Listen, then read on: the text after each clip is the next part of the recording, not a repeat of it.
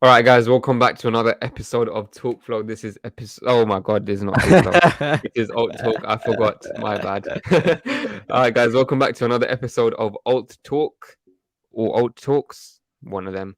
Um, Either one. Yeah. yeah, Alt Talks episode 2. So again, if you guys didn't know, this is like so we already recorded the episode. This is like after we finished Yeah. talking.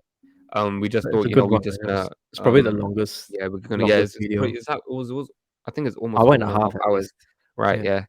But yeah, this is like we're recording this intro after we actually recorded the Just episode. to recap what we So speak about. yeah, And yeah. and yeah, we kind of recorded it off the cuff this time. We talked about a lot of stuff. We talked about like what did we talk about? Talk about hiring, talk about Hiring, money, solutions, managing business money, while in uni, business. what to Yeah. do to grow, all of that A stuff. lot of So things. Yeah. It's yeah, quite valuable. there should be timestamps in the description. So make sure Yeah. that you guys click on those. But yeah, guys, hope you enjoy Enjoy. the episode. Yeah. So how was your week today? How was my week today? Yeah. Oh, how was your week this week? How was your week? Yeah. My week was it was good. It was good. It was good. I had like a lot of uni stuff to do, but that's fine. But in Right. terms of like Webflow and stuff, Was it like courses, coursework, or like exam studying, or it was just lecture study to be honest, just doing lectures and I revising see. them Mm. and but yeah, that's uni man, it's quite relevant. But in terms of Webflow, I had like I believe two sales calls. Sorry, one sales call this week. The other one was Nice. last week, the week before. Mm. And yeah, let's just see how that goes. I sent a proposal, everything. Hopefully, it was this one was a bit. It was it wasn't like a normal pricing thing. It wasn't like Right. okay, you pay this and that's it done. Then. It was because basically the client wanted to migrate her website from Squarespace to Webflow. Mhm. And she wanted to rebuild her website inside of Webflow, but on a template. And Oh, she just okay. wanted me to do like tweaks on it, which is fine. Right. Um, but what I done right is I charged separately. So I charged for the migration as a separate Right. fixed price, Yeah, and yeah, then smart. for the tweaking of the template, I charged Template. on an hourly basis, which I Smart. think Yeah. is a bit better because like you don't know Yeah. how much work you're gonna do in terms of like doing a template. So I just done okay. You know what? Let's just do an hourly thing Yeah, instead of like because a fixed yeah, with price. the template, because I worked in like the company, like the full-time role I used to do. Right. Template work is the most annoying work Mm. because they always come back with like, "Oh, can we add a section?" And then you're like, All "Wow, you right. got to learn how the template was built." And the thing Yeah. is, we work. I think the like all the client first and all the structure that we use is different from what the template, like the Yeah. Webflow Yeah. template is. And you're like, oh my god, there's like 6 classes attached to it. You're like, Yeah. I just wanna smash this thing. But yeah, I think hourly is better for template work. It's just a lot a lot easier Yeah. to calculate how much you're charging. Yeah. Um. Yeah. And Do it you was it actually was, it was like do you do hourly work besides that? Like, do you charge anyone by the hour?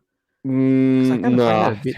Because I ask people like, what's your day rate? Because that's easier for me to wrap my mind around. But then people are like, oh, my hourly rate is $50. I'm like, $50 an hour. Let's say you work 8 hours. That's like $400 a day.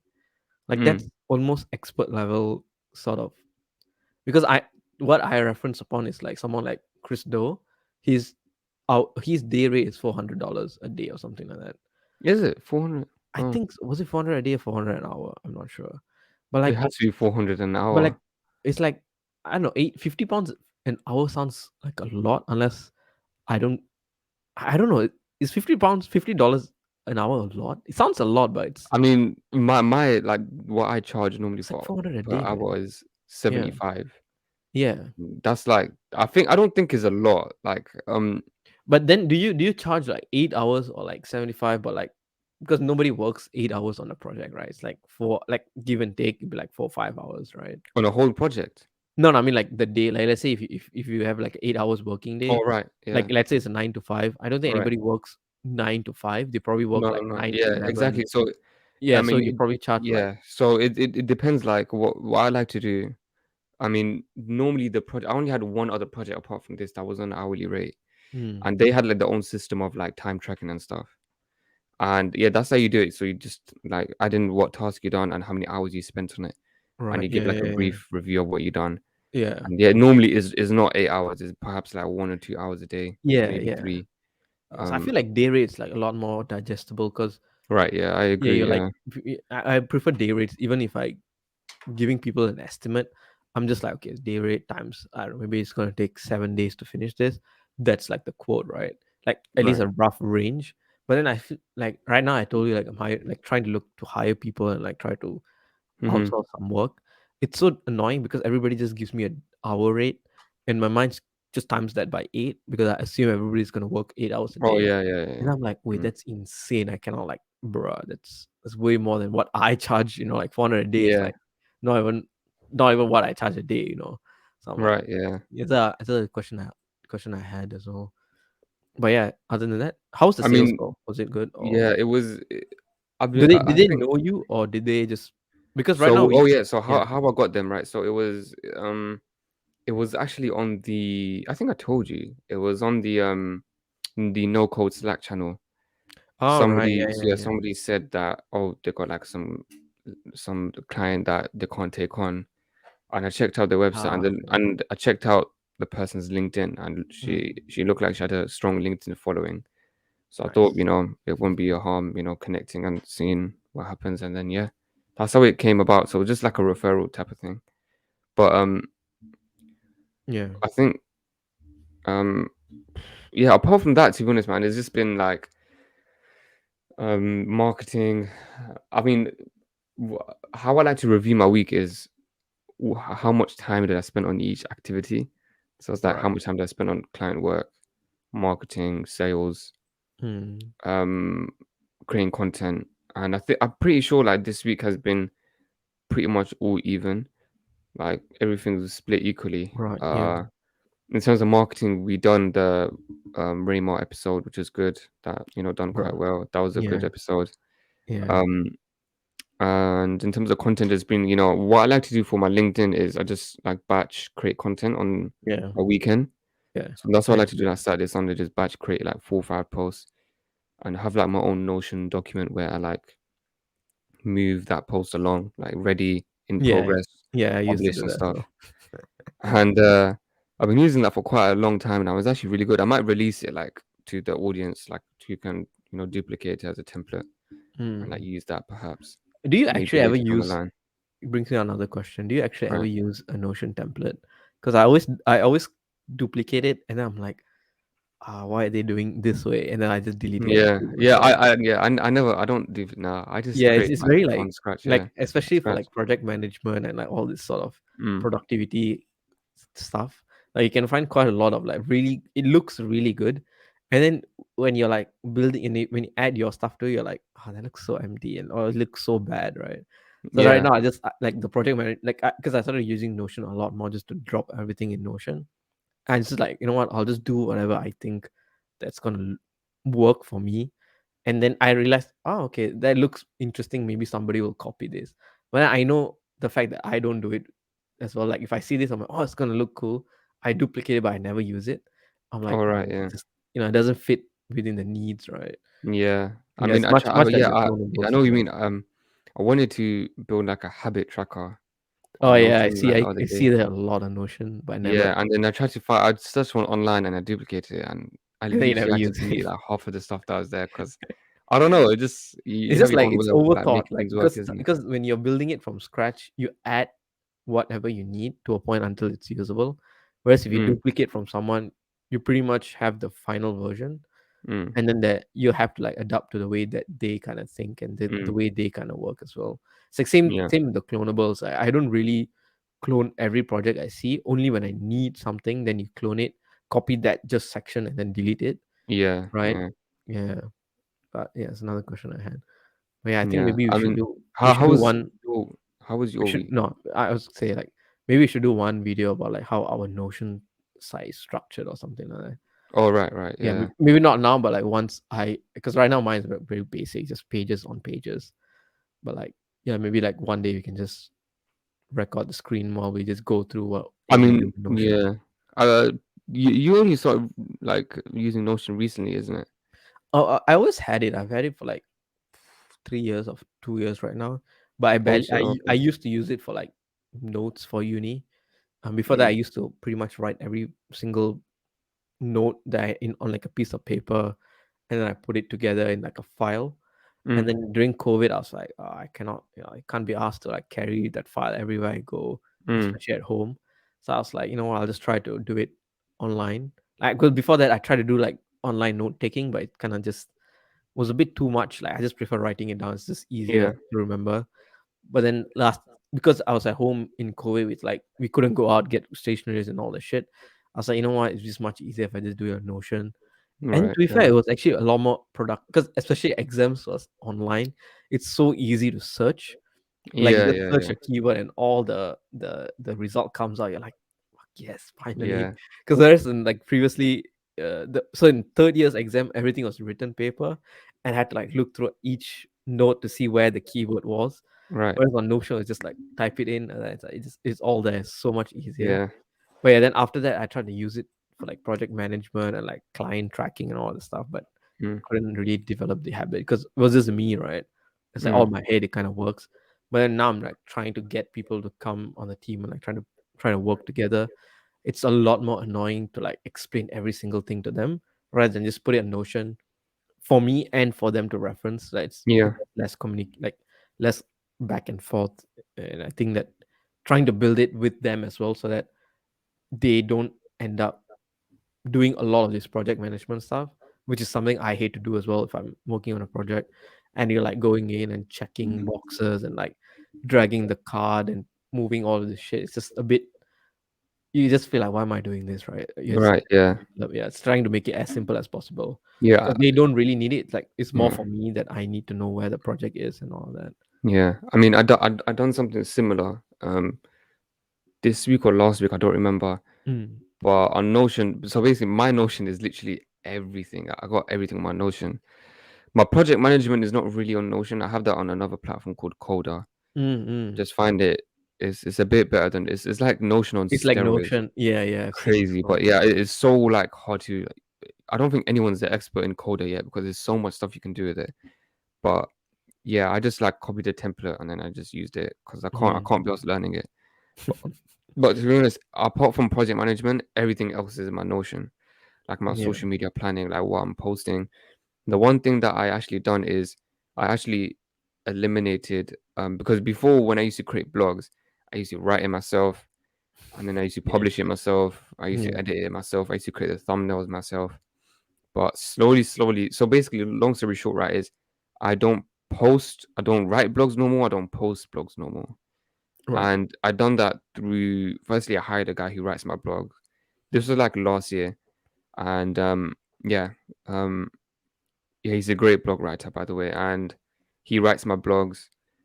And then afterwards, so in the beginning, I just eliminated the blog writing part. All I had to do was get the blog and then publish it. Mm. But then afterwards, what I done, literally 2 weeks ago, I was like, okay, now I just don't I just want to eliminate another part of that blog creation process. So now the other thing that I cut down is the publishing part of the blog process. Right. Where so there's two main steps technically. Actually, there's three. First is blog planning, like planning the blogs. Secondly is creating the blog, and third is publishing the blog. So I Mm. cut down the blog creation part, where sorry, the blog writing part where you write the blog, and now I cut down the publishing part of it as well. So last week I used Notion and I made like a step-by-step list with like images and videos where it literally goes over how to publish a blog on Webflow and stuff.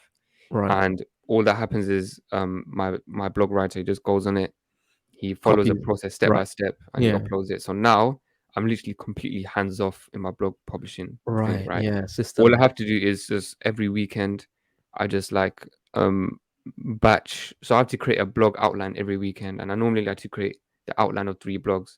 So Mm. by outline I mean like okay, this is gonna be the intro. The next section, I want you to talk about this. Third section, I want you to talk about this. This is how many words I want you to include in the blog. Here are Yeah. some inspirational articles, stuff like that. And I have to do that for 3 blogs. And I set deadlines and everything on Notion itself. the blog moves throughout a process, and that's how it happens. And yeah, So you created like a system for your blog. yeah, basically, and I'm trying to like implement that kind of, kind of Yeah, like like extrapolate yeah, that and it's put like it a in other process. stuff. Like, SOPs, right? yeah, right, yeah. So I'm trying to Yeah, do that in like same. social media, and now I'm trying to do Yeah, that with even I'm projects as well, as yeah, onboarding, as you said that, offboarding. that was what I was literally talking about it to Dave. I think Right, 2 3 days ago, because we found that feedback becomes.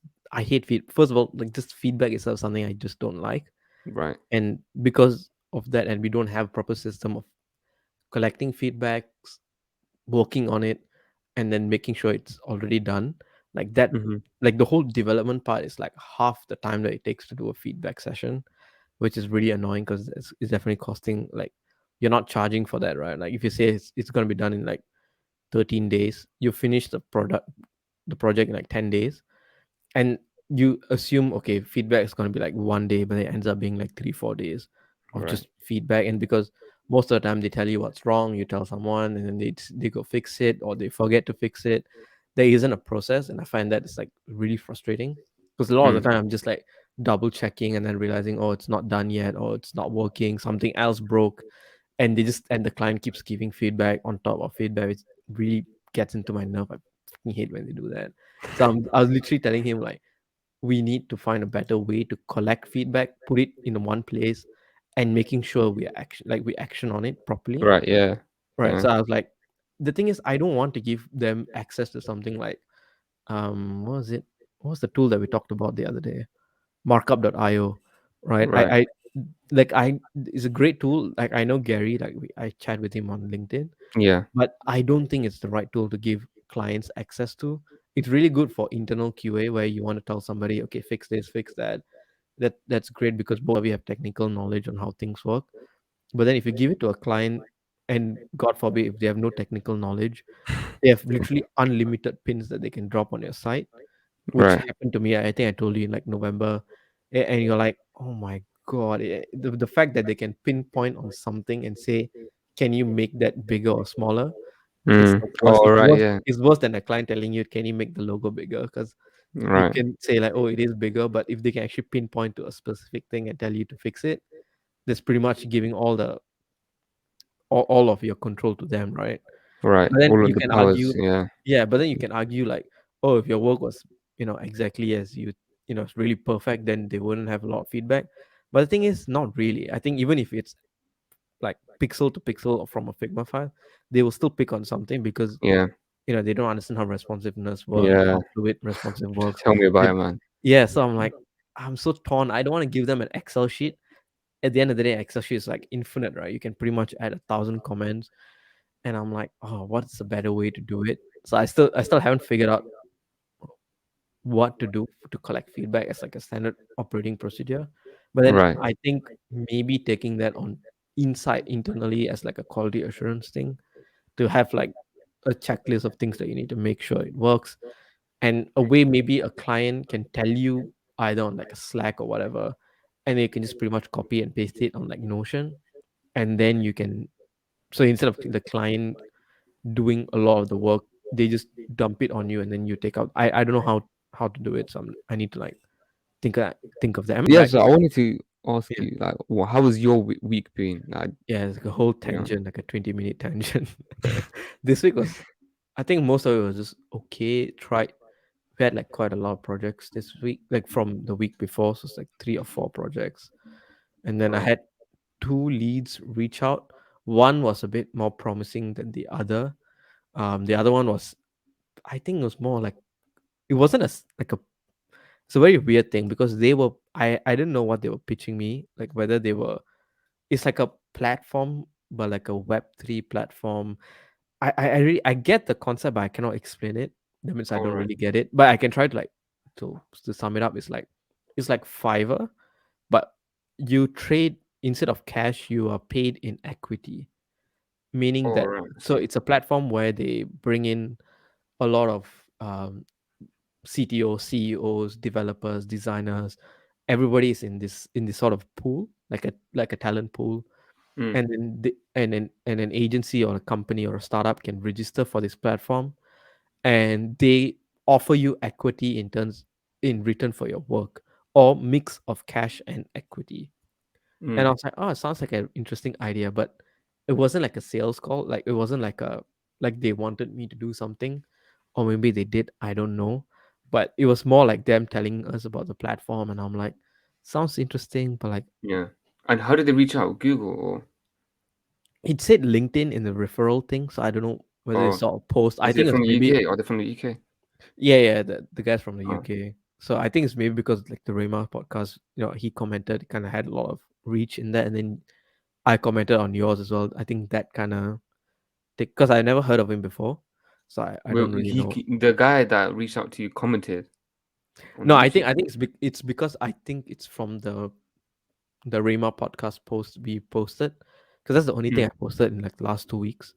So he said LinkedIn, so it's probably that, or probably from the Webflow group in LinkedIn as well. I'm not sure. I didn't really ask, but it said LinkedIn. Oh, But right. yeah, it was just like it was an interesting idea, but like I was Wait, like, can oh, you I hear don't that? know. Is a car alarm ringing? Can you hear that? Not it's very faint, but not a lot. Oh, oh, I Yeah, it's fine. stopped. Okay. Yeah. So they reached out to you. Was that Yeah, then you was that the it was so you interesting. hopped in a I sales think call with them, right? Yeah. yeah, they had a Webflow project, but then they didn't have the design. But then he Okay. was just talking about like what the platform is and what they do. It sounds like an interesting thing because instead of getting paid, you can get paid cash and equity. But just imagine you're working with a startup. I was like, okay, that sounds fair. I can maybe take 70% as cash and maybe 30% as equity. And in the sense, if the company grows, I can just sell the shares and I get Mm. more money for the risk. It's a risk that I'm willing to take, but not because it's not like the main source of income, right? It's just like another channel. Sounds like an Mm. interesting thing, but I'm like I haven't really responded to him yet. But All yeah, right. there was then the other one was just like I think it was a migration or they have a website on I think Wix, if I'm not All right. mistaken, and then she just wanted to move the site onto Webflow and then redesign it a little bit. And then they Okay. asked for a proposal. I don't really do proposals. I think I told you that is I just send it in like an email. Oh yeah, yeah. Scope of work. This is the budget. This is the timeline. Because I feel like proposals take just too long. But then she was like, Mm. she needs a proposal because then she needs to send it to like a CEO or something. So I Okay. probably need to read. I have a proposal, but I really hate the template. I took it from the future, Chris Do. Yeah. They have this keynote proposal template thingy. I think that's what Harry Roper uses as well. Oh, But is the it? thing Oh, with that is that like is so long. Isn't that like some PowerPoint presentation or yeah, something it's like like that? a PowerPoint presentation. Yeah, I it's just do it really on Hello long. Bonsai or yeah. Yeah, If I was it's a low thinking. one, I just do on email. If it's like a one that I want to impress them, I just do go on Hello Yeah, Bonsai. yeah. The template looks nice, but it's very hard to design it properly because it's a keynote presentation, right? So I'm like Yeah, just yeah, do it. yeah. I was thinking of like just doing it on XD or something like that, and Mm, then just exporting it out as a PDF. I'm not sure. I haven't really worked on that. mm. Otherwise, just working. Working and like talking to other people just to see not just developers but like animators, illustrators, copywriters as well. This is I don't know where to find these people. I search on LinkedIn. I'm like animators, and then they don't put their link to their work or their website or Yeah, anything like that that. yeah. It's like, wait, you look Mm, like a trustworthy person, but I've never seen your work. Do I mm. add you and chat with you? It's just, and I try to go on Fiverr, but then it's like just to communicate with them, you need a project to give them. I'm like, so hard to just network with other professionals, I guess. But yeah, a copywriter is like the next thing I want to maybe not hire, but like outsource some work to, All because right, my yeah. copywriting kind of sucks ass. It's like every time you're like a testimonial, I just write, "This is what our customer has to say." Like it's just that I cannot think of other things to say. Yeah, Here's what our clients have to say. We're having like a copywriter just coming in and like cleaning up the text I write yeah. with like a lot more. Copywriting makes a huge difference, man. Definitely, but Yeah, but I it's like, think where do you yeah, find them, right? yeah, it's hard. Like I think right now, to be honest, I can't answer that question because Yeah, I'm not really looking to hire anyone in it. So yeah, but let's say you let's say somebody client comes to you and like, oh, we need copywriting done.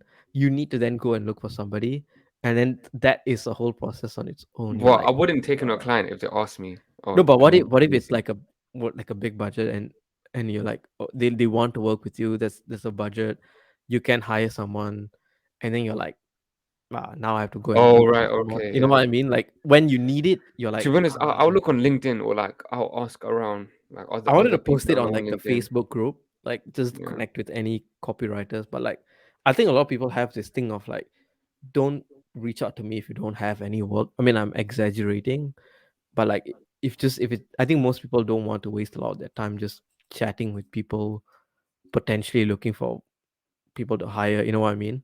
Mm. Like somebody comes up to you and be like, "Hey, I have maybe one day work with you. Would you be interested in a chat?" Most likely, we'd be like, "Hey, man, not really. Just text me whenever you have a project, and then we can talk." That's sort of like what most people would do. So I don't know, like, what do I do? Like, do I wait until I have a project before I go find them? It is definitely Yeah. good to have somebody to refer some work to. So yeah, it's just hiring and like just trying to find people to talk to is just a bit difficult. Bro, I don't know. Hiring. I think if eventually I'm gonna get to hiring, right? What I'm planning to do is just. I think eventually I'm gonna build up a network where there has to be at least one copywriter in my network, right? So I'll just ask Yeah. around. If not, Copywriter, animator, 3D art, yeah, like and just if at least not, we know one a lot of person. people. We know a lot of people Yeah, in the web in the design industry anyway. yeah, We yeah. just ask them like, "Oh, do you have Even a?" that actually, I don't really know anybody who does web design alone. Like I cannot think of a name up my head. If somebody says, "Hey, do you have any web designers?"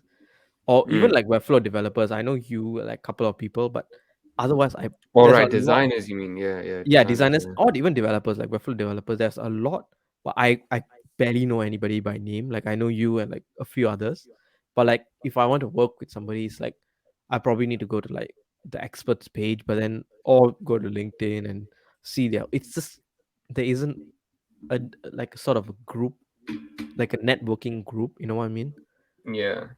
Yeah, it's like the Floxys group, right? Like women in tech.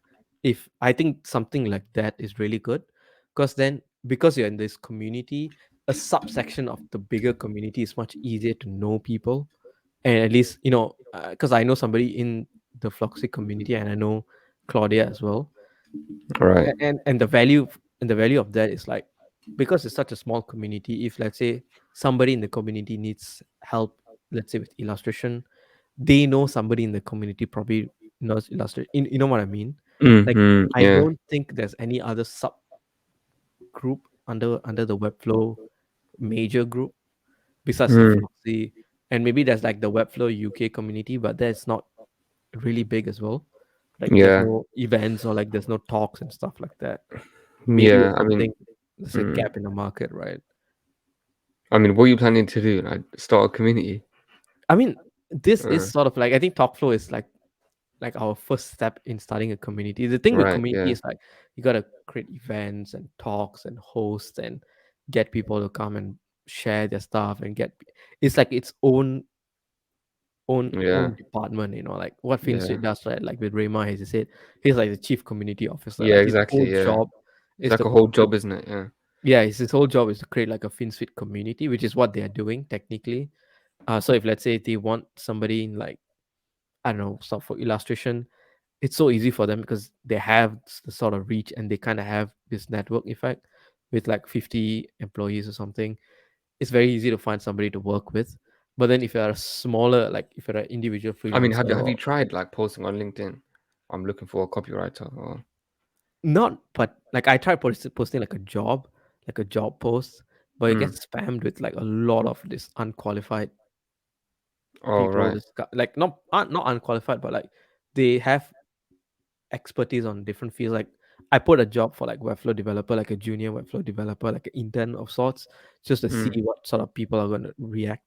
Most of it was just like web developer. I had like 60 applicants, but I think only like maybe three had Webflow experience, and everyone else had no Webflow experience. Oh shit. It's Oh. like that's the issue, and Mm. I can post it on LinkedIn or Facebook, but you know that when people post, "Hey, I'm looking for so and so," there's like 60 Yeah. comments, There's so many and that spam. kind of like Not spam. yeah, Right. then you have to Mm. go through like each person and look at their portfolio. Sometimes they Yeah. don't send a portfolio. I think the best way is a referral.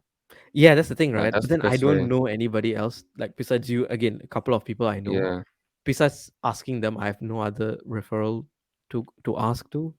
And I Right. think I mean, having you can perhaps. I does FinSuite have a copywriter? Or can you just reach out to their FinSuite's copywriter, perhaps? no, I think if you're working with again, if they're freelancing, yeah, but if they're working as a full time employee, there's always this. I don't know what's this thing called, non-competitive or something like that. Yeah, yeah. You're Sometimes. not supposed to work with competition and stuff like that. Yeah. But yeah, it's just that they we I personally don't even know enough people in the community to even have this referral network just to Right. work with somebody. So it's like something we probably need to, at least I need to try to focus on. It's just talking to people, I guess. Yeah. I mean, to be honest, like hiring again, it's not like It's not, yeah, it's not it's in not my on the top of my business. mind right now. Yeah, but it's But just like, I hear you. Like it yeah, is. I think eventually I'm gonna get to it. Um, I think the reason why I'm not like in the point of hiring, to be honest, first I don't really want to.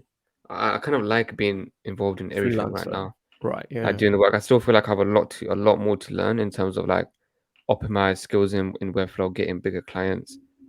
Um, yeah, yeah. I Right think now, I'm yeah. mainly just looking to hire and like do that because there's a lot of, just to increase the supply so that if there's an increase in demand, I can meet it. That's the main thing.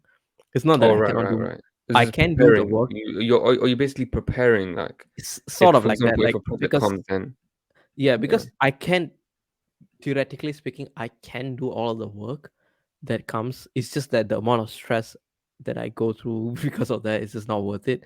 And I Right, kind I of went see. through that in November because I didn't really hire or was looking to hire people. I was just doing all of it myself. I Mm, could do it, but the quality suffers, and also like I kind of just burn out at the end, mm, and it's not sustainable as well. So at least having at least people or freelancers, because I'm not hiring full time anyways. It's just freelancers. I pay them what they ask, and they just take on the project and they finish it. And I'm just there to either support or pay for the tools or just project manage and making sure they do it properly. mm, And that kind of takes so that I can also do. It's not that I'm not doing anything. I'm also doing like 3 4 other projects. It's just that the stuff that I cannot, just literally don't have the time or the energy to do, I just give it. Not that I'm dumping work. It's just that I have no time. Can you help me with it? That's the sort of mm, thing I'm doing. It's not like I don't want to do this, go and do this. If I don't want to do it, I'm not going to give it to somebody to do it. mm. But yeah, and Yeah. also So, because you have. so would you say that you spend literally all of your time on just, or well, most of your time on client work? Oh yeah, yeah. I still do like all the design. That's the thing. I still do all the design work, All and right. also like some development work because we Mm, work for some. I still freelance as well. So then mm, they have like work they want to do. I still have to do it. I cannot outsource it because they are technically coming to me as a freelancer and not the agency. You know what I mean? Like it mm. is going to the Yeah. agency, but it's not right to outsource freelance work to someone else because they're coming to you because you have the certain level of skills. So I still Yeah. do those level of work, and also a lot more technical work. It's very hard to outsource Right. because it's hard. First of all, if it's your own business and your own project, you have to spend that time. You cannot expect somebody else to pick up the pace. For Mm, example, if it's a custom code thing, I cannot just hand it to Dave and just assume he's gonna figure it out because then he's probably not being paid enough for that as well. So then I take on those things that I just feel it's not fair to give it to someone else. So I right. I still do a see. lot of the work. It's just that if I cannot do all of the work, that's that sort Mm, of thing. Like they're just helping me to finish up the work or do the work that I just physically cannot do because of the time right. constraint.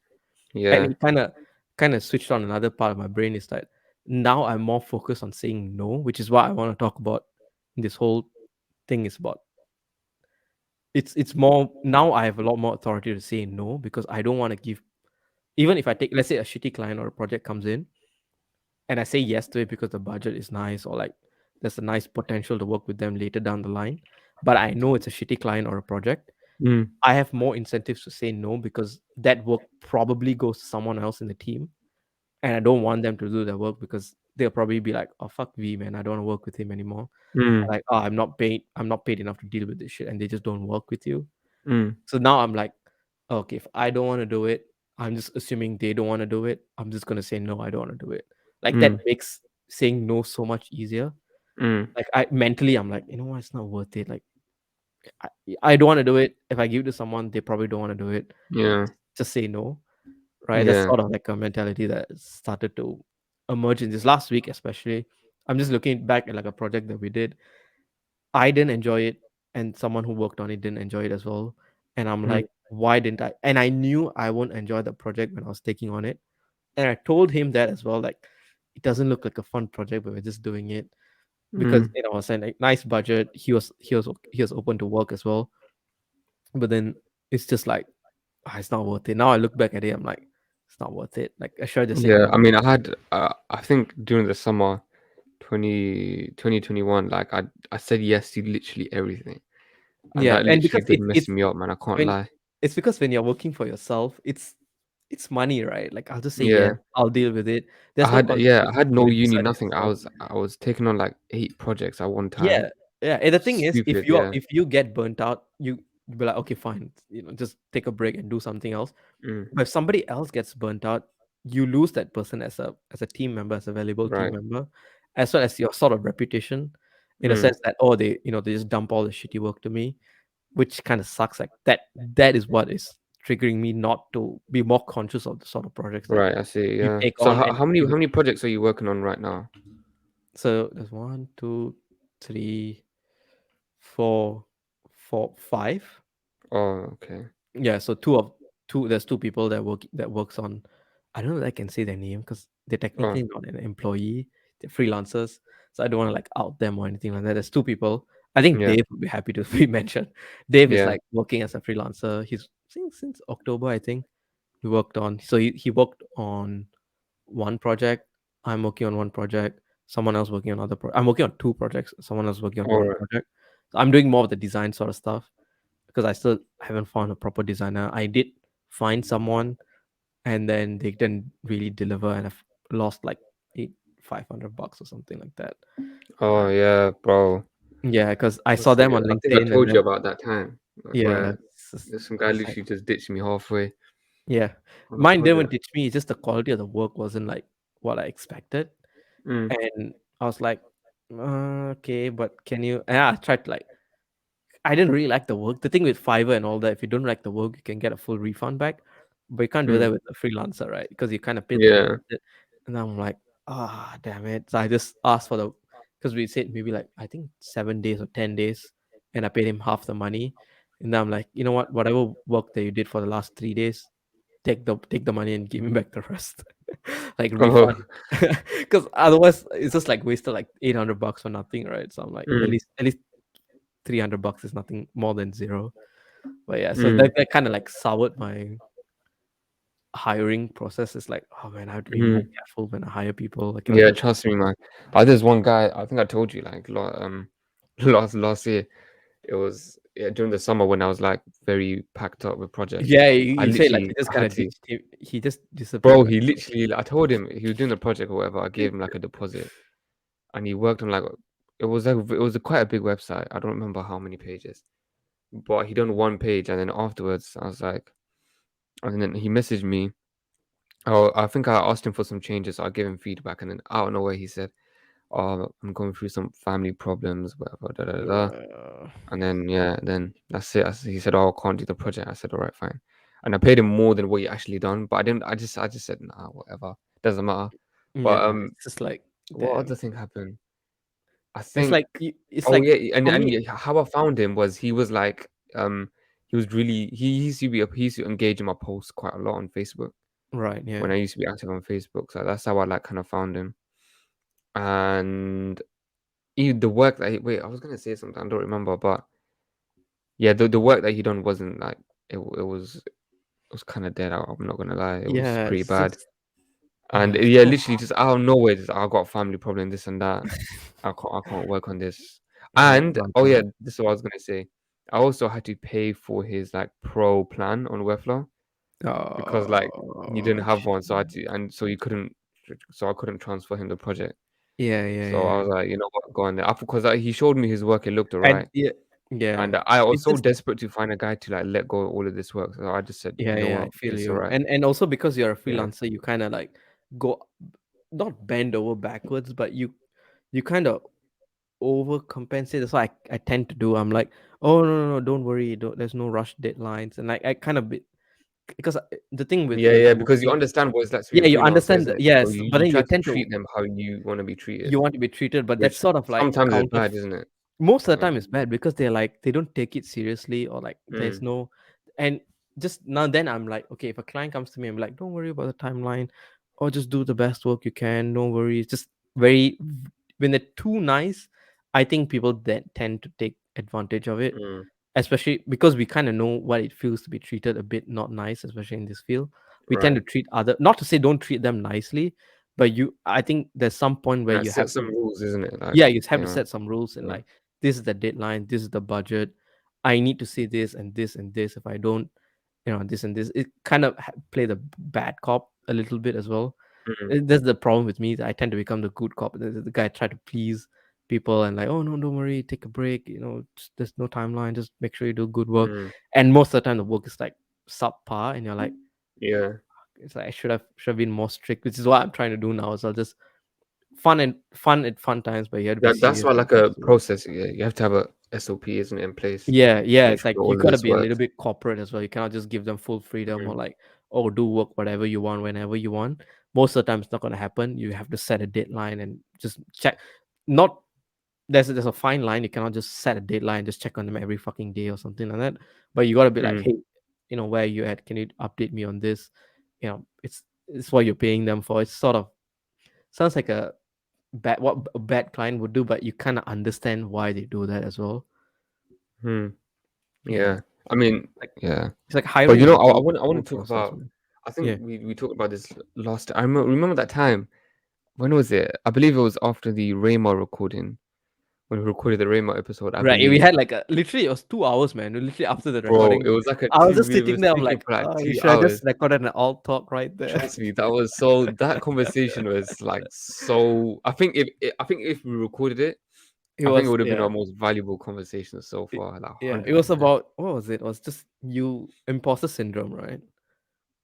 Um, yeah, I believe so. Yeah, and You it feel was like about because like you feel like yeah. you're I missing wanted to out kind or of like something. restart that convo Yeah, yeah, again. yeah, yeah. Like because we mentioned like something quite profound. Like right now, you know, you're mentioning these problems to me that you're having, right, about hiring and doing all of this Yeah, yeah. stuff, but it would these problems weren't always there, right? Like last, Right. you Yeah. talk about 3 4 6 months ago, last year, you had different problems. You know, now Yeah. your problems have We the changed. thing is we had Yeah, it similar shows problems. growth, but at the same time, Yeah. it's like I see how why did you I solve see the where you first come problem? from, because not even Mm, like 6 months, like I think 3 months ago or even last month, we sort of have the same sort of problems and we could relate.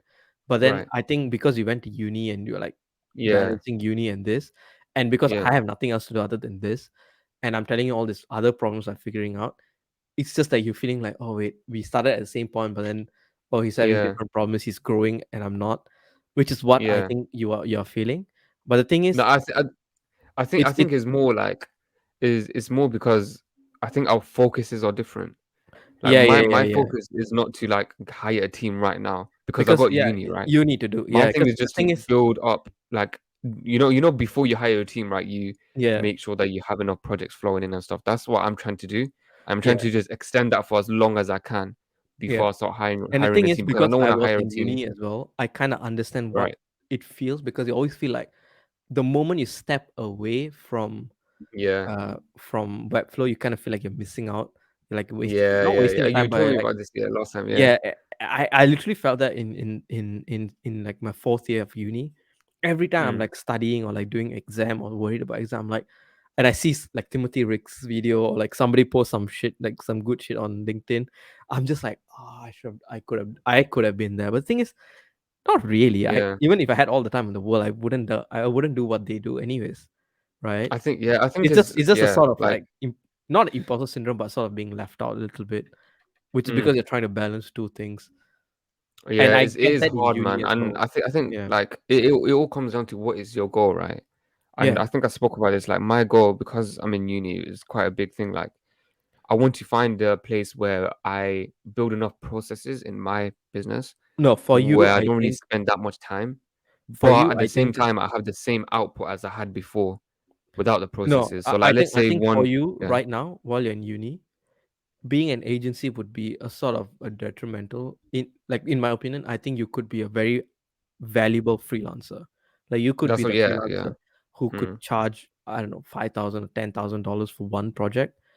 mm, Because with an agency, the thing is, you have to do, as I'm learning, you have to do a lot more other things than just work right. on Yeah. the website.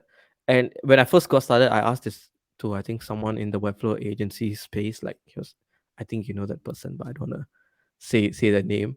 But they have a Wait, say Webflow that again. What agency. happened? So I was in a call with someone who has a Webflow agency in the UK. You Oh, know right, that right, person, right? right. We chatted with him Yeah. before. I mean, not together, but you chatted with him. I've chatted with him. And I think one thing he mentioned was that, uh, I asked him, like, you know, what is the advice you would give me? Like, do I go as an agency or as a freelancer? And I think Mm, Finsweet kind of mentioned this as well. You go as an agency if you enjoy other things than just development.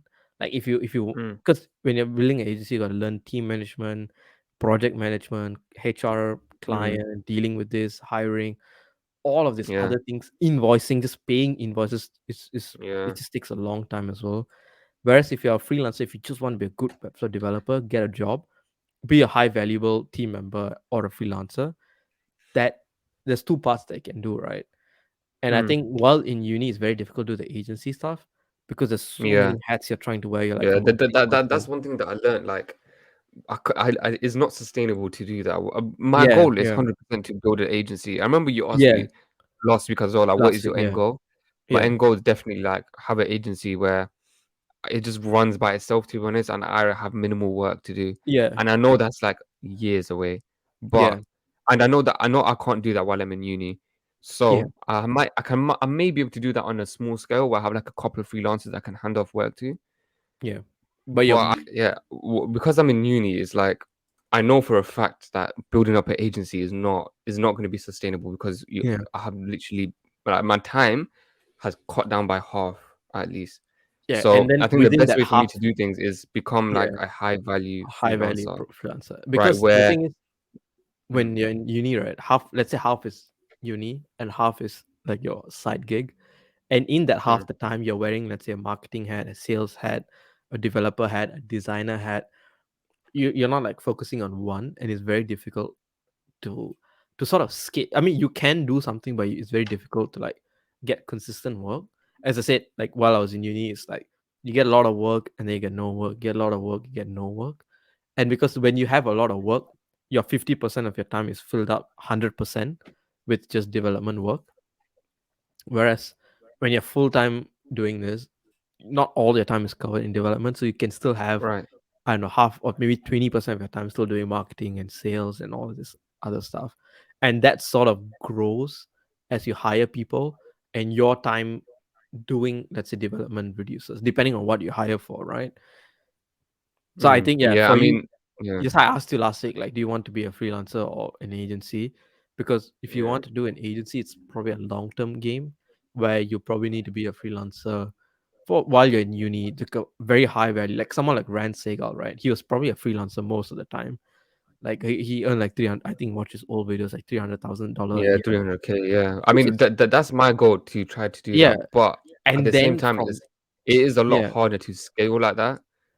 it But is, again, yeah, my end but goal then is yeah. once you build So that sort of working capital in your company, let's say every year you mm, earn like 50,000 or £100,000, and as a student you don't really have that much expenses.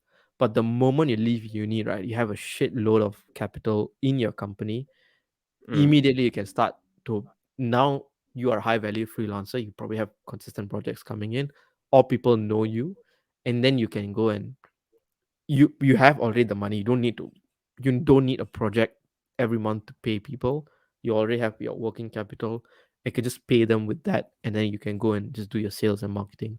Sort right, of exactly. Yeah, you I play think the yeah, long, yeah, you sort of play the long game. Whereas right. in my case, I can't do that because this is pretty much becomes the full time thing. And the sort Mm, of working capital I build is pretty much work comes, pay people for the work, take take the money that's left, drop it in the company, and sort of build this sort of capital in the bank, let's mm, say. And then at one point you're going to become enough to then get someone full time. So even there's no project coming in, you can still afford to pay that person and pay mm, yourself. It's like that is the model of like running while you're building stuff, whereas yours would be Mhm. like you have a longer timeline, so you can play the long game, right? You don't need a Right, return on investment like tomorrow. It's nothing right. going to Yeah. happen next So, week. Yeah, I mean, yeah, I think eventually I'm gonna get to that point, but it's gonna be after uni. So I have 5 years yeah, to like yeah. build up and become a high value freelancer, Like which really, yeah, it is a long time. 5 years is a long time. Of yeah, course, it's very long, but I don't know. It's like my main goal right now is to reach to the point where you don't have to worry about getting clients. Like I do get clients here and there. Like I get at least 2 projects a month, yeah. but I want to get to a point where I have like 5 projects, 10 projects a month, where I have like, because the more projects you have, I mean, the more now chance you have or of getting like a 5 or 10K project, right? like now or down the line.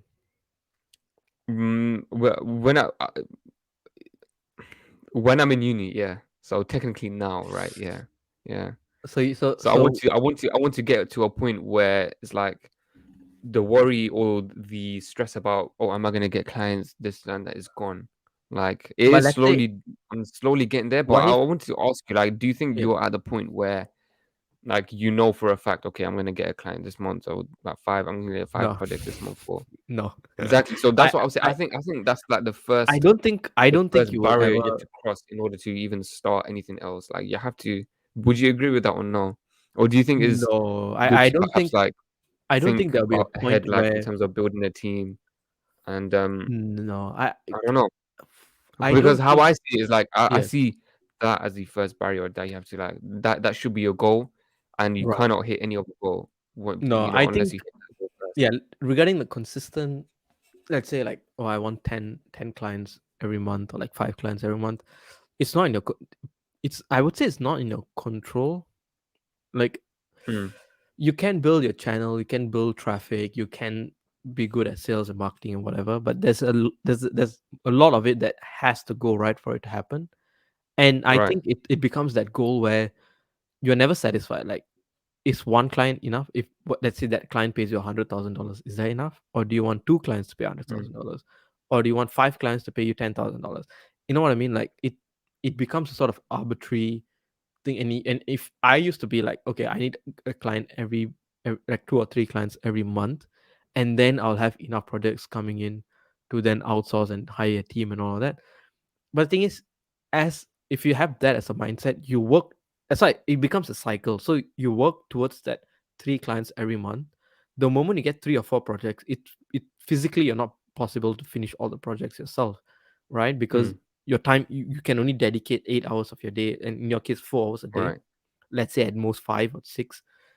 You reach a point where you peak, and then you're obliged to finish all the projects that you already have, and then you go to Mm, this dip where now, since you didn't do this sort of marketing and this consistent sales thing, you have to then do it again, get your 4 or 5 clients, and then you finish the projects, and then you do the same marketing sales again, get your 4 or 5 clients.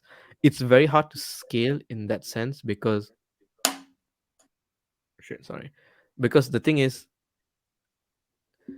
am I making sense? Wait, let me just try to, like, the main thing, because as a freelancer or like a solo person, you go up this up and down cycles, right? You right. can you can avoid it by either charging a lot more, so that every client you get is worth more, so you don't need to get, you don't work on 5 projects, but you work on one project.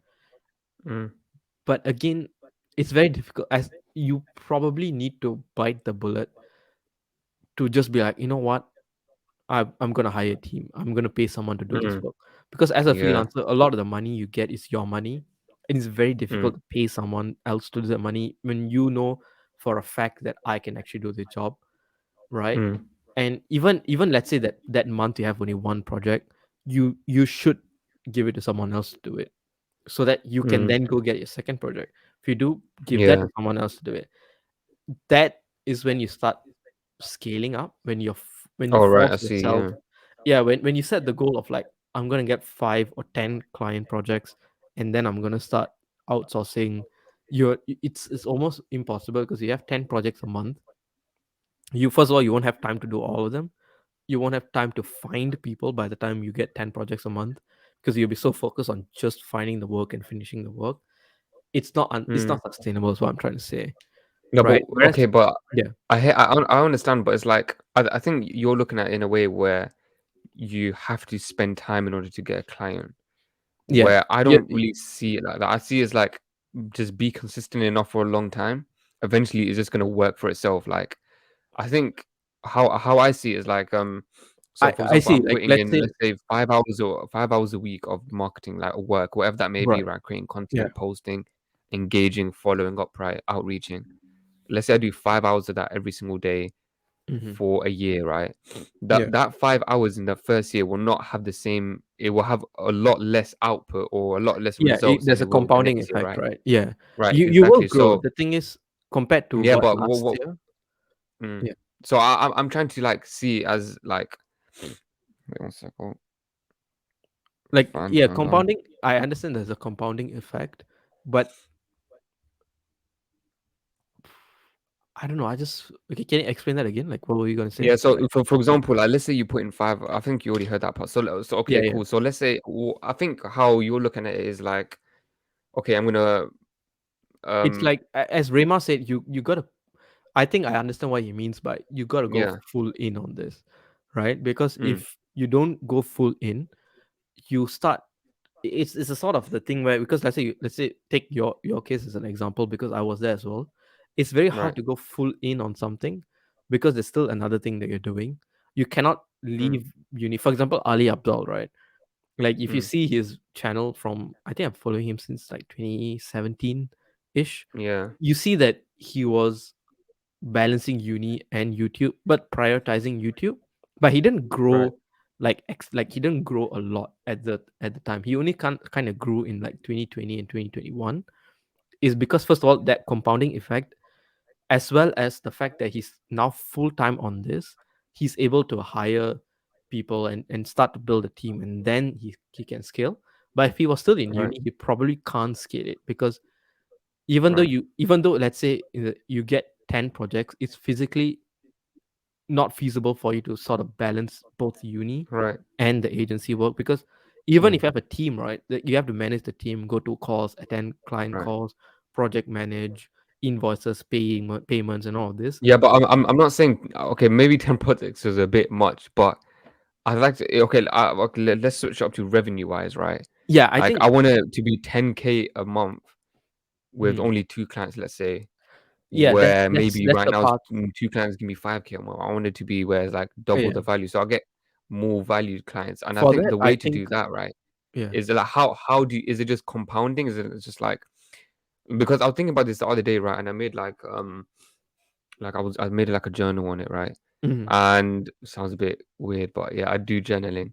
But it was basically there's different ways, right? And how I see it is number one is the foundation is where I see. are Yeah, you okay, even good at now what I you get your do? question. Yeah, I get your Yeah, question. do Like, you understand how. what I'm saying? Like, Yes, I the, see you're trying to ask, how what do I do to get that sort of two clients a month thing, with meaning that the clients are higher value, so that right, yeah, I don't have to do five projects to get the same amount of yeah, getting and two I don't projects. have to. So what I'm trying to do is like, in like, so Yeah, let's say these two are like, this is my time yeah, spent on my business, and this is the value of my clients. I want it yeah. to right now it's like here, I but know. I want it Yeah, to switch like here, I know. Yeah, and and without that like an happens. agency. And I think like, how do you do that without building a team? Like, That happens when it's a very basic supply demand thing. When you have yeah, yeah, less supply, your demand goes up, right? right. And But then that how do you do that then? I I think, for me, I would say you probably need to become a very high valuable freelancer, meaning that Right. you're so good at doing what you do that you will, let's say, for example, like Timothy Riggs, right? If he does a he's sort of like, he's employed, but he can go freelance. Let's assume he's freelancing. He definitely, the thing with freelancers is that you have 8 hours a day. That's it. You need to sleep, you need to eat, you need to cook, you need to do all your life stuff. You have 8 hours Right. a day. That is the supply of your company, right? Whereas if you're an agency, let's say you have five people, each of them have 8 hours a day. That's 40 hours a day, right? That's that supply that they have. At Mm, one point, that 40 hours a week supply would be equal to your 8 hours of supply. meaning that your 1 hour could be worth all five of them's 1 hour. Does that kind of make Right. I sense? see. Yeah. That's Yeah. because Yeah. yeah, is what I think. Again, bringing back to Rand Segal, I think he's the most well-known freelancer we know. Like, and I think Mm, the model he does is he has this amount of time and he gets to choose who he works with.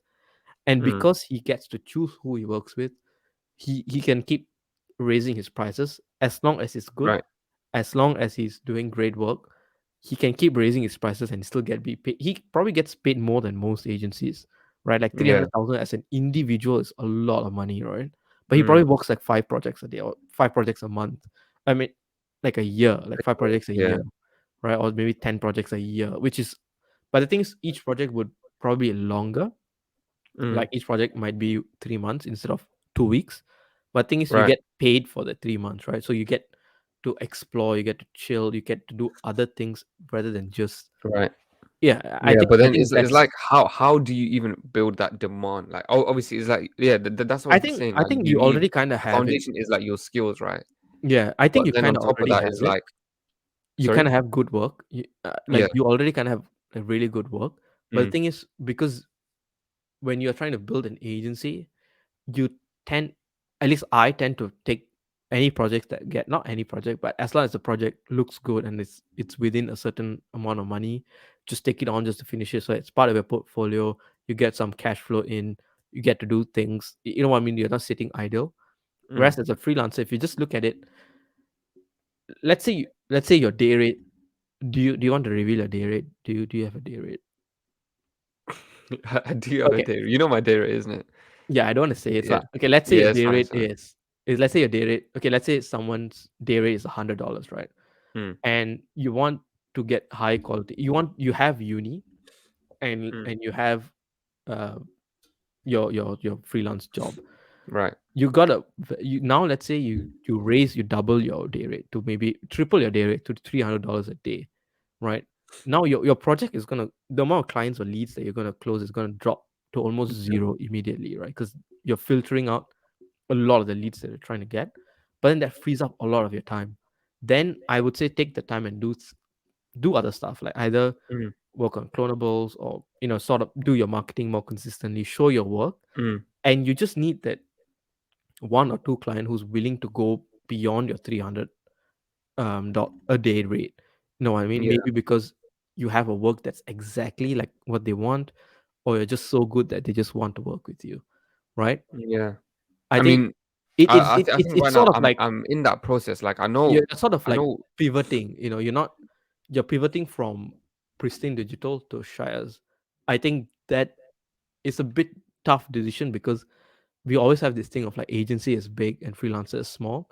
But mm, if as a freelancer you earn $500,000 a year, I won't complain. I'd rather be a freelancer because then I don't have to deal with a lot more things. I just do what I yeah. do, I mean, I right? don't want to be a complete freelancer. I think I will Yeah, I see. definitely I have see like what you one mean. Yeah, person that yeah. I But can like it is hand off work possible to. that I even you got one make. person like in my office, right?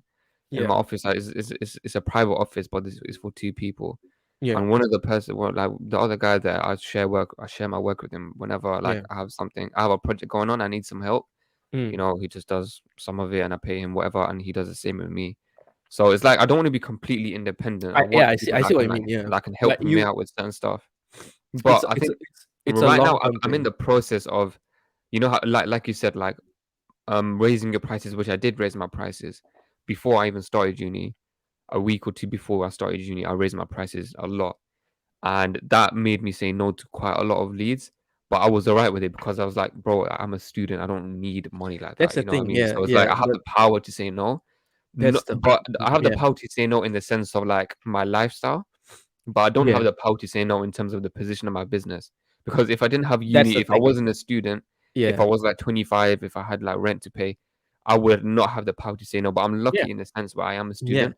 So And then but then at the same, but then after I raised my you prices, get right, yeah, I started to your focus on leads kind different of stuff drop. like Yeah, marketing and yeah. clonables. And now I'm still in that process.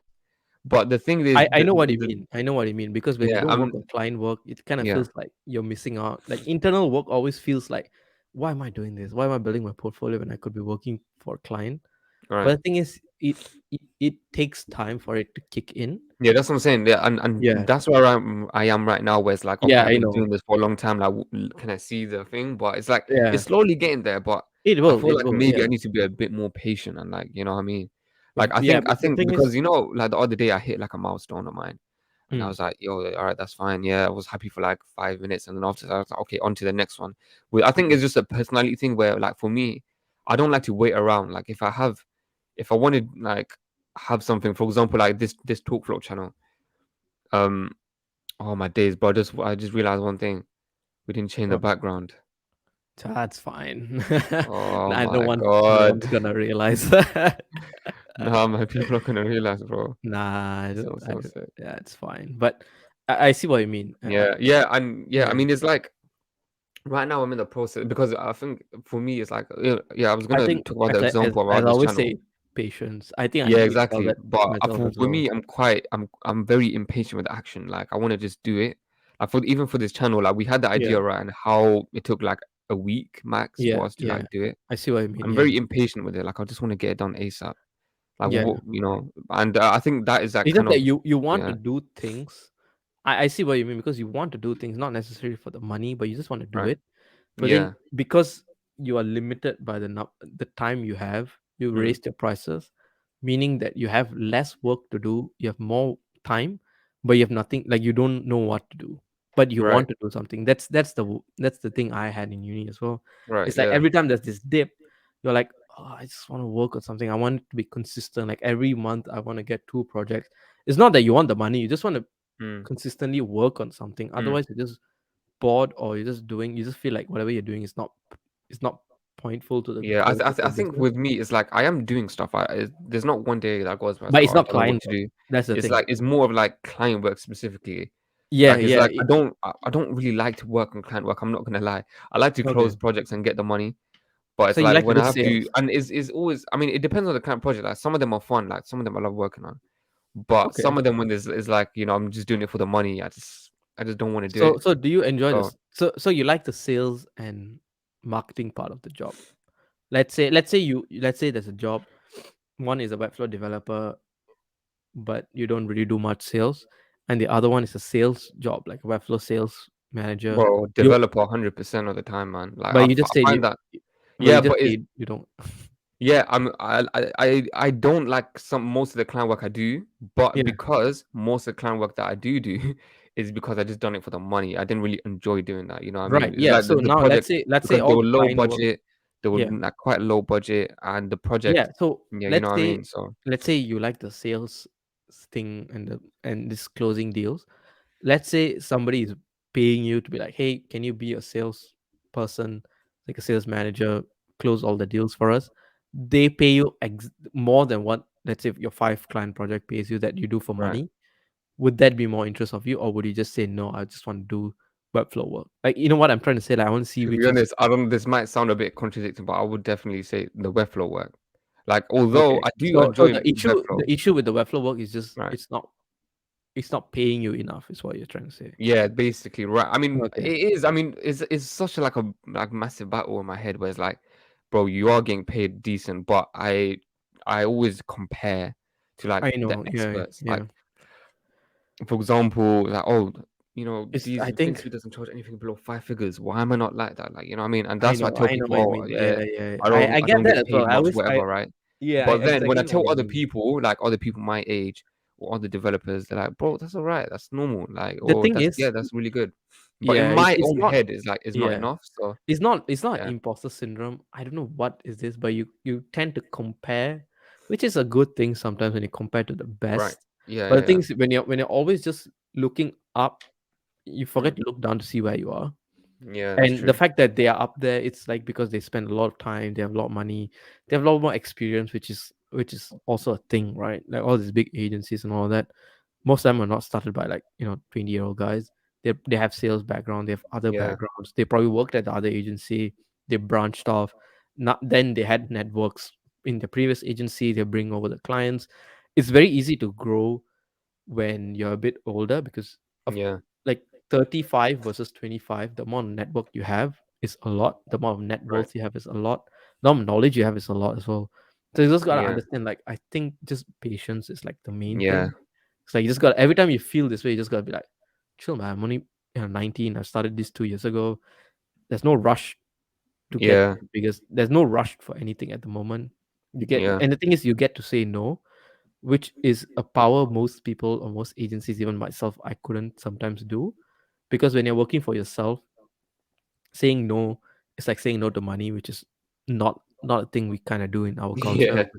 Yeah. Yeah. I When mean, especially, yeah, it is bittersweet because it's like, yeah, you are doing well, right?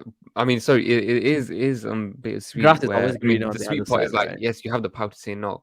Yeah, And then the bitter part is like you don't have the urgency to grow say more, yes. So, or you I know what I know. mean, or Yeah, say yeah, yes, you know what I mean? So it's like I don't know, man. But I think I want to because we're past the 1 hour mark, but yeah, I want to like just end it off where we just say our thoughts on like what do you think is the most like, how do you summarize the way of becoming a success in like Webflow, right? Or getting clients, however you want to like, you know, whatever success means to you, how can you like summarize and how can you get that? If that makes sense. So I think it might not make sense the question, but I'll just start off with my thing, right?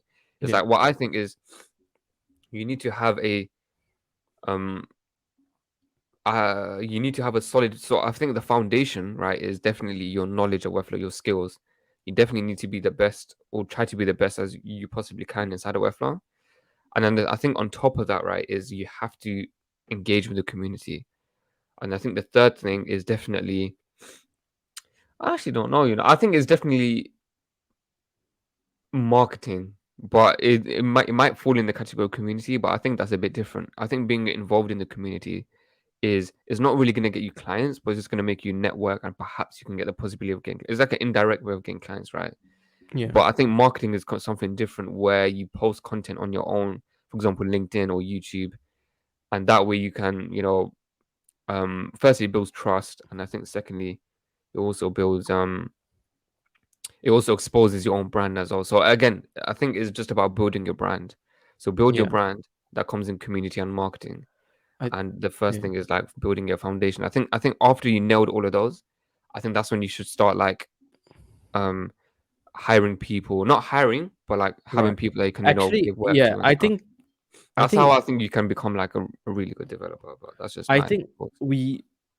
I don't know. Especially, I don't know whether it's the Webflow community or just the whole web space right now, but everybody wants to be a freelancer and everybody wants to be an agency, which Right. is what I even hear clients, or when people try to hire for freelancers, they say everybody is like an agency now. Like nobody wants to be an employee. Nobody wants Everybody wants to be their own agency, which is a Right. good thing. And I'm starting to feel like it's also like, why is I don't know how to put it into words, but I think everybody kind of puts success equals money, Mm, which is good, but is also kind of miss a lot of the points. Like right.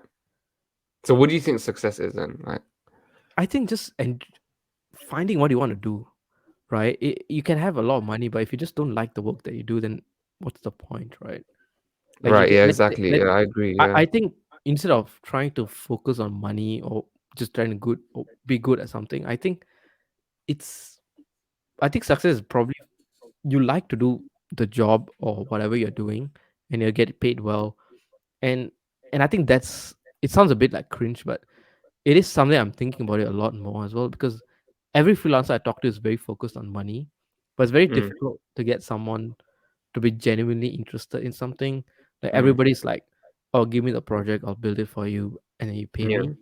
But like it's so hard to find the right, like maybe I have not done enough work yet, but just having somebody who is like as a proper team member is working towards the same goals as you, trying to do Yeah. better. And then when they're not focused on money, I think that kind of becomes a lot more like you both kind of I don't know how to put it into words. I think I'm Yeah, it's rambling a like lot. the people that don't focus on money make the most money Yeah, like because you're more finding focused on like yeah. becoming the best and just really enjoying it. I Yeah, think and I doesn't mean yeah, it doesn't I mean like agree, man. Yeah. yeah, it's like if let's say you really enjoy Webflow development, but then you are like, oh, I want money as well, and then you become a freelancer and you go become freelancer, you probably won't grow as much. But let's say Yeah. you really like Webflow, and then you, like, for example, I think that's why I praised Harshit for the way the amount of love he has for FinSuite. Mm. It's gonna drive him more successful than him if he did Flow Chef, right? The Right. Yeah. choice that he made, that being part of the team is more, it's successful to me than just being my own agency. Mm. It did kind of triggered a little bit in me. I'm like, ah, that's true. Everybody wants to be their own agency. Everybody wants to be like a freelancer, which is great. But then you kind of miss a lot of these points of like, Mm. if you work with a team, you learn together, you make friends, you grow together. Of course, you won't make as much as you do as your individual business. If you want to build wealth, business is the way to, capital allocation is done through Yeah. business.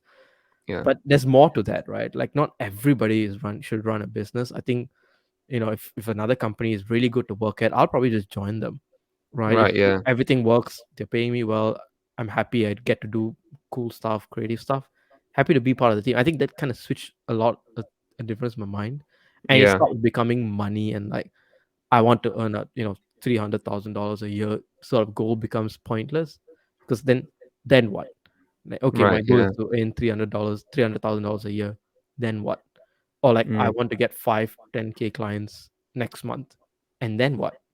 Yeah. That it's almost infinite. I think it's what we mentioned in like Yeah. another episode somewhere. It's like you set goals that are more infinite in scope. Like, you cannot Mm. put a value or a number to it, right? I think Yeah, that's I sort of agree. becomes, It's like you should not focus on money. Like I think once you focus on money, like you said, yeah. you kind of lose you kind of like miss the You, point. You kind of fall out of touch you with what miss it out is on to other do. Like things that are you a know what I lot more mean? So valuable. Yeah. If right, if yeah. I let's say, think what was I yeah. gonna say? Um I think right now is like because again I'm lucky in that sense that I am a student where I don't have to focus on money anyways. So Yeah. I kind of understand where you're coming from. But at the same time, it's like, you know, I heard this quote. I'm not sure if Iman Gaji. I'm not No. sure if you know him, but he's like a social media market. He has the social media marketing agencies. Like, Mhm. he's making a lot of money, like 10 mil a year. Yeah. And he said like everyone understands that money is not going to bring them happiness, which I don't think it does necessarily. But the people that don't make money are not allowed to say that. That's the And thing. that kind of Yeah. like comes to the point where it's like you have to kind of focus on. You don't have to, but See, you not do to say have to money is make not money. important. Well, Yeah. well, I wanted to ask you, like, do you agree with that? Like, do you think? I mean, we both understand, right, that money will not bring you happiness technically, No, the but thing is, you can't. money does not Nobody, bring you if you're not happiness. making money, then you can't say that. Would you agree with that? I think the quote is, as a quote, money is not everything. No, having money is not everything, but not Yeah, having it is. That's a good quote. Like, yeah, does that make sense? yeah, yeah. It's like It's the money same only. thing what he's trying to say. Right? Yeah. Yeah, yeah, yeah. It's like yeah, It's like yeah. having money is not everything, but not having it is pretty much everything. When you Mm, have no money, that kind of becomes the only thing you think about. But mm. at a point, I think there's even a research on this. After, I think, $50,000 a Yeah, year, 50,000. Yeah, yeah, 50,000. It's it's like a as bit long as your basic needs are met. For yeah. me, That's bro, it's like that's what? How literally. much? I'm not. I don't have no rent. I'm like, no For way, me, it's come on, nothing, man, bro. 50,000 pounds, Yeah, no way. But the thing yeah. is, it makes sense, because after a Mm, point, after $50,000 a year, you're just like, the rest of the money just doesn't add up too much. Like, what are you mm, gonna do with it? Let's say you have food, you have house, you have clothes, you have your luxuries. What else are you gonna do with the rest of the money, right? Let's say you make $100,000 a year. What are you gonna do with the rest of the money? You're gonna put it in a mm. bank, because it's gonna sit there somewhere, Yeah. right? I think that's why the research kind of, it sounds insane. Like, how is $50,000 enough? But to be Mm, fair, sit and think about it, it is a shit ton of money. To be yeah. fair, for one person, Yeah. and beyond that, it becomes a diminishing I return. The mean, more those are money you expenses make, of an adult, bro. Imagine a student like myself is so much less. Like, yeah. Like, I don't have to for worry me, about expenses for as a right now, student, if which is I kind made of fifty crazy. thousand Yeah. dollars, I'm happy. And if you're Yeah, married, but two people that's what I'm earn saying. fifty It's thousand like dollars. relative to for example, just using that quote in context. Like, and for Yeah. me, that quote is like you just have to make. Let's just call it 1,000 a month, and you'll be happy, Mm, right? Like mm, all your expenses as a student are met. But for someone else, like an adult, it might be 50K a year. You know what I yeah. mean? So it's like I'm comparing myself to that. I'm not looking at it as I'm a student. Yeah. But again, it comes down to like, yeah, like I money. think I don't know, man. It's quite like. It is as long Yeah, I so I look at it is that I think as long as you live, you're able to afford food, you have a good work life balance, you can get luxuries in the sense that, oh, I want an Apple Watch, I want an earphone. You can just not think about it and just go and buy it. You're done. yeah. Any more money than that is pointless. Like you Mm. can afford your kids' education, whatever that you want to buy, you can afford it. You have the money for it. After that, it Yeah, just but becomes then again, pointless. like people that only made money can say Yeah. that technically, because if you have no money, you Yeah, have to yeah. kind When of you make have no money in order money, for you to you're like, oh, 50,000 experience is that. You not know what I enough. mean? So Yeah, I understand what you mean, but it also makes sense that not to say money is not important. It is important. You should not work for free. You should not work for less than what you think you're worth. right, But there is a point where it becomes you yourself physically become. There's no point to it. Like yeah. nobody's gonna But say then no again, it's to like money. I think I like to see money as like is tied to my value and how much value I provided.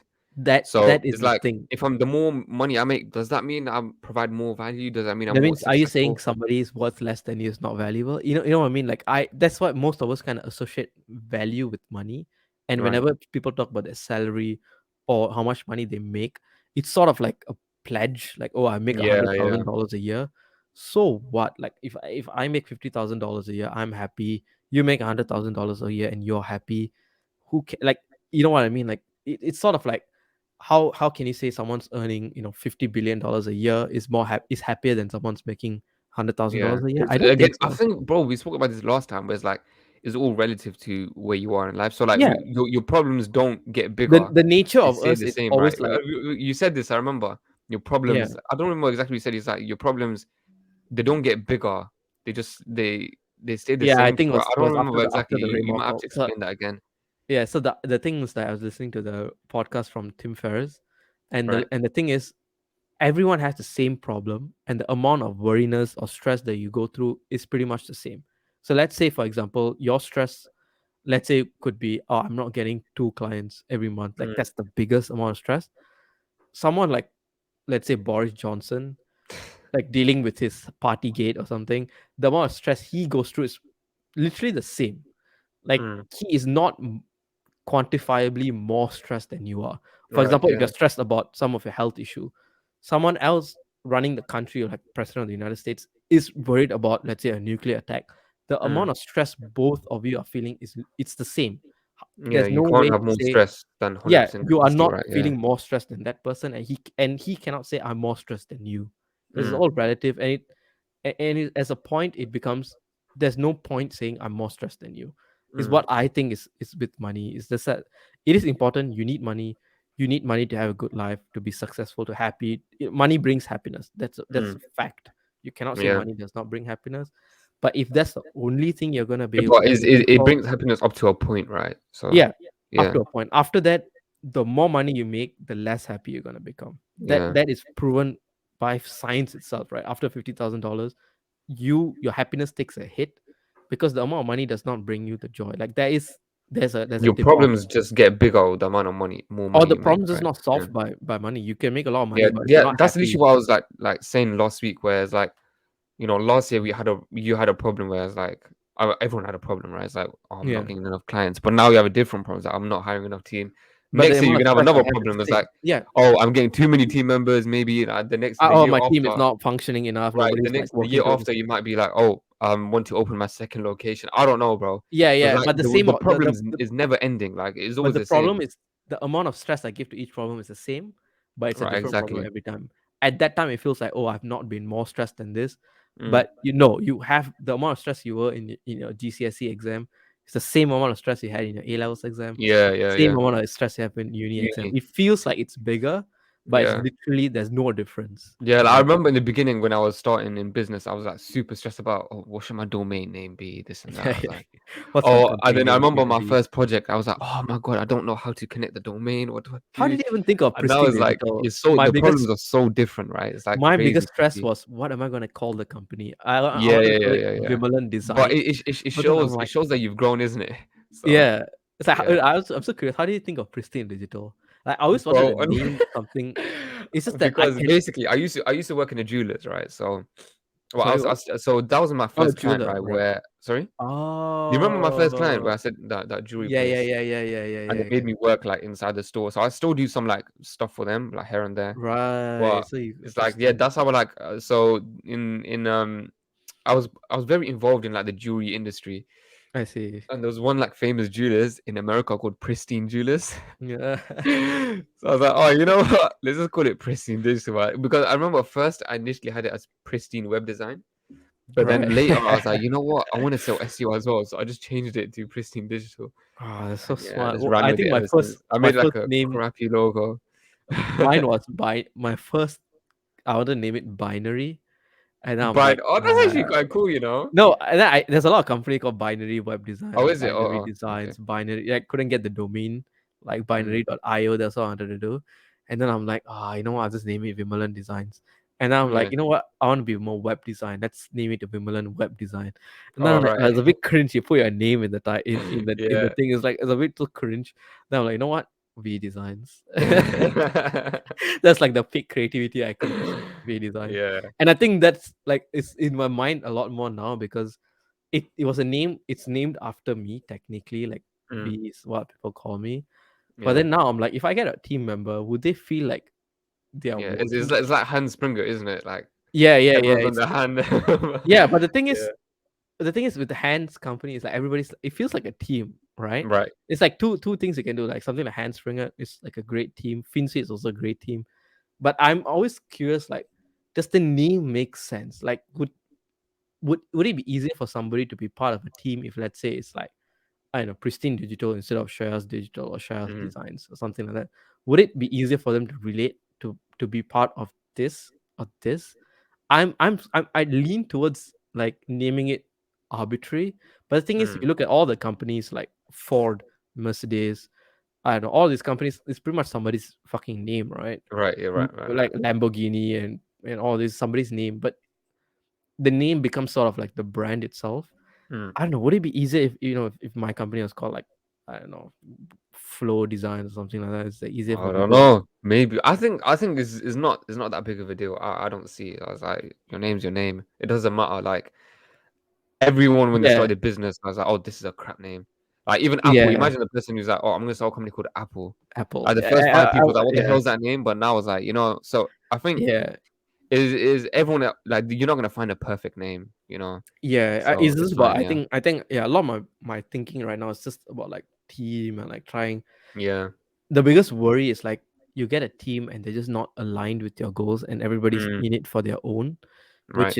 which is like a big Oh, another thing big was like there's no community, there's no like there's no team vibe team. Like there. everybody's a Yeah. freelancer and they just Mm, want to do their work and grow their own agency or their own company, which is right. fine. I don't really care. But like that it means that you are something and they are something.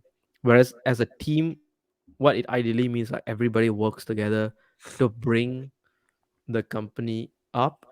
But I think because of like people being so aware, they know that the owner of a business would technically make a lot more money than the employee, but they also got to understand like the owner had more risks to take, as well as most of the time they probably don't make a lot of money. They have equity in the company, they own the business, but they do not own the money of the business, right? That's Mm, something most people don't get it. Whereas a freelancer, all the money you make is yours, but as a business, all the money you make is not yours, it's your business's. mm, You get paid a salary or stock bonuses, right? mm. Like yeah, it's like very hard. I don't know, maybe it's very difficult to get, maybe it's going to be more difficult to get people as team members. I'm not too sure on that. Yeah. I mean, Yeah, yeah, man. Like, yeah. I I don't know, mean, like would yeah. you would you hire somebody who I don't know what is a freelancer but they don't spend all their time with you, they are doing other things, which is fine, right? But Mm. would it be nicer if like people that you hire spend all their time as much as you, like not as much as you, like they spend all their time doing the work in your company and you pay them nicely, you treat them nicely, everything's good. Yeah, but it's about finding that person, isn't it? Yeah, I and mean, the if you thing is, find that especially person, yeah, you're in in luck. this But web industry, it's so difficult to at least yeah, for me, I find it a bit like everybody's like doing is their yeah, own freelance. you need like that right hand man, isn't it? Like you're trying to Yeah, say. like I need So somebody I who remember like I watched this video. you should watch Iman Gauji, man. He's like it's not like web design, but it's I think like I've is heard of him. similar Yeah. agency model, isn't it?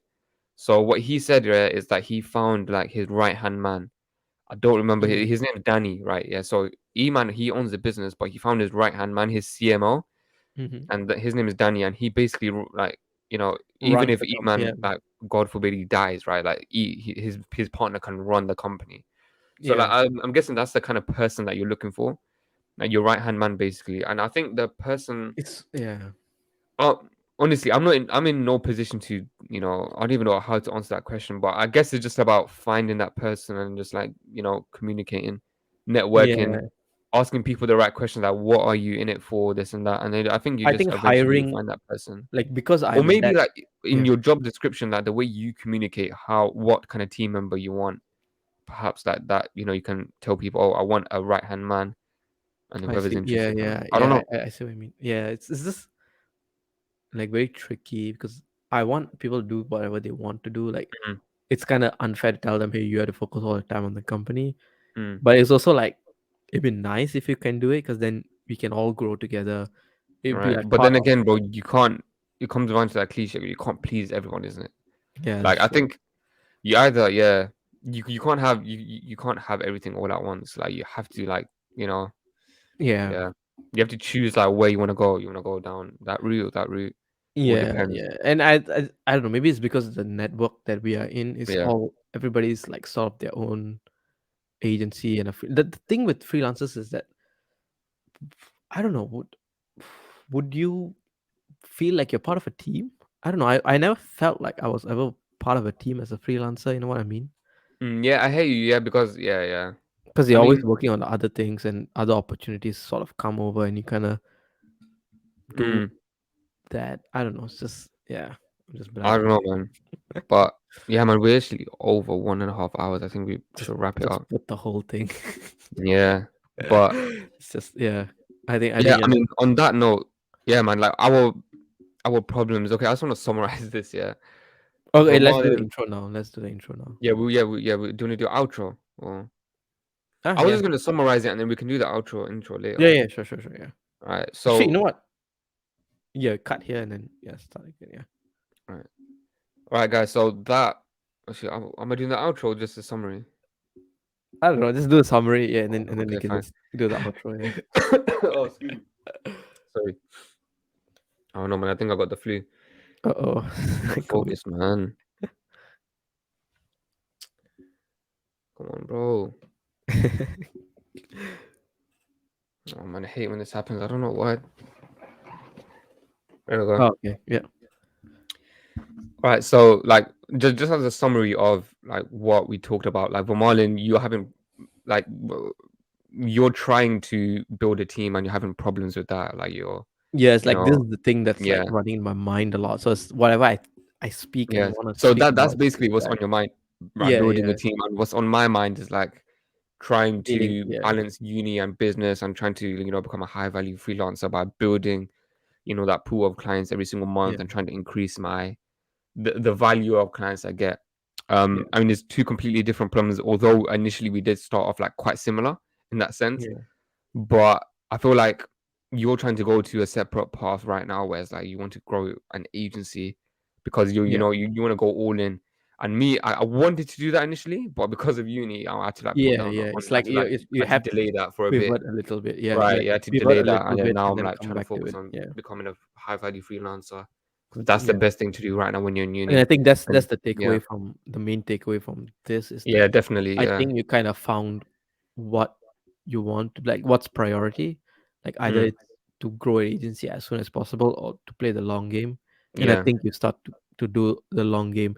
And also yeah, this kind of opens up opportunity for you to even, as I said, try to be part of a team mm, because then you learn quite a lot of things and also you have access to the company's mm, resources and they will pay for your courses. They'll pay for you to, let's say you want to learn JavaScript, you can tell them people like the incentive you to upgrade your skills because then you become more valuable to them as well as your personal development kind of becomes yeah, your own. So yeah, as like the main thing to be part of a team is like you can also build your skills. yeah, definitely, man. Yeah. I think, yeah, that's one thing that we like took away. I think another main takeaway was like Patience. I think that was like a Patient, main yeah. takeaway for me. Is like I am doing what I'm doing. I'm doing everything right. You just have to be Yeah. more patient for, Just like, yeah, what's to come let and the stuff. results come. Yeah. Yeah, let the snowball hit in and stuff like that. And Yeah. I'm starting to see it. Journey But become and also one thing destination. is like money, like, your perception of success and your perception Yeah. of how much money you should make. I think that's one good Yeah. takeaway that we came out today. But all right, guys, that was Old Talk episode 2. I just summarized the points that we did, the points that we talked about and some of the takeaways that we had in this episode. Yeah, if you did enjoy, make sure you leave a like. That's correct. If you have any comments about, what we talked about, if you want to ask us any questions, or if you have any topic ideas for our next episodes, then let us know in the comments. Make sure that you subscribe. We're Yeah. trying to hit 200 subscribers very soon. So make sure you hit subscribe and turn on that bell notification button. But yeah, guys, we'll see you next week, Wednesday, I believe. Bye bye. Yeah. It should be next week, Wednesday, I think. Yeah. All right, bye, guys. Bye.